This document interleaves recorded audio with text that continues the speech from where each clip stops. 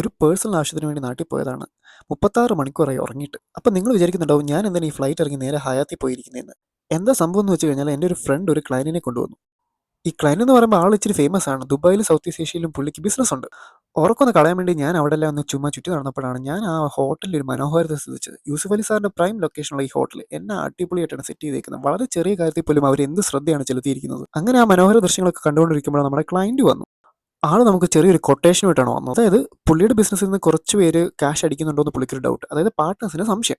നമ്മൾ അക്കൗണ്ട് ഒക്കെ ഒന്ന് വെരിഫൈ ചെയ്ത് ഓഡിറ്റ് ചെയ്ത് കൊടുക്കണം. പിന്നെ 1-2 IT സർവീസസും പുള്ളിക്ക് വേണം. അപ്പോൾ ഇതിനെല്ലാത്തിനും കൂടെ ഒരു തുക പറയാൻ എനിക്ക് പെട്ടെന്ന് മടിയായി. കാരണം കൂട്ടി പറഞ്ഞ ബിസിനസ്സും കുറച്ച് പറഞ്ഞാൽ നമുക്ക് നഷ്ടം വരും. രണ്ടും കൽപ്പിച്ച് ഞാൻ തുക അങ്ങ് പറഞ്ഞു. പുള്ളി ഹാപ്പി, ഞാനും ഹാപ്പി. അങ്ങനെ കൂടെയുള്ള ടീമിന്റെ ബലത്തിൽ ഞാൻ ഈ കൊട്ടേഷൻ അങ്ങ് പിടിച്ചു. ഇൻഷാ അല്ലാഹ് പുള്ളിയായിട്ട് കൈകൊടുത്ത് പിരിഞ്ഞു. എന്നെ വിശ്വസിച്ച് വരുന്നവരെ ഒരിക്കലും ഞാൻ മുഷിപ്പിക്കാറില്ല. അതുകൊണ്ടാണ് യാത്രാക്ഷീണോ ഓർക്കക്ഷീണോ മാറ്റി വെച്ച് 5 മിനിറ്റ് നേരത്തെ ഈ മീറ്റിംഗ് ഞാൻ പങ്കെടുക്കാൻ വന്നത്. ഇനി പെട്ടെന്ന് ഇറങ്ങി പോയി ഒന്ന് ഉറങ്ങണം. പോകുന്ന വഴിക്ക് ഇതുപോലൊരു ഹോട്ടൽ എന്തെങ്കിലും ഒരിക്കൽ എനിക്ക് സ്വന്തമാക്കാൻ പറ്റുമോ എന്നൊരു ചോദ്യം എൻ്റെ മനസ്സിലേക്ക് കടന്നു വന്നു.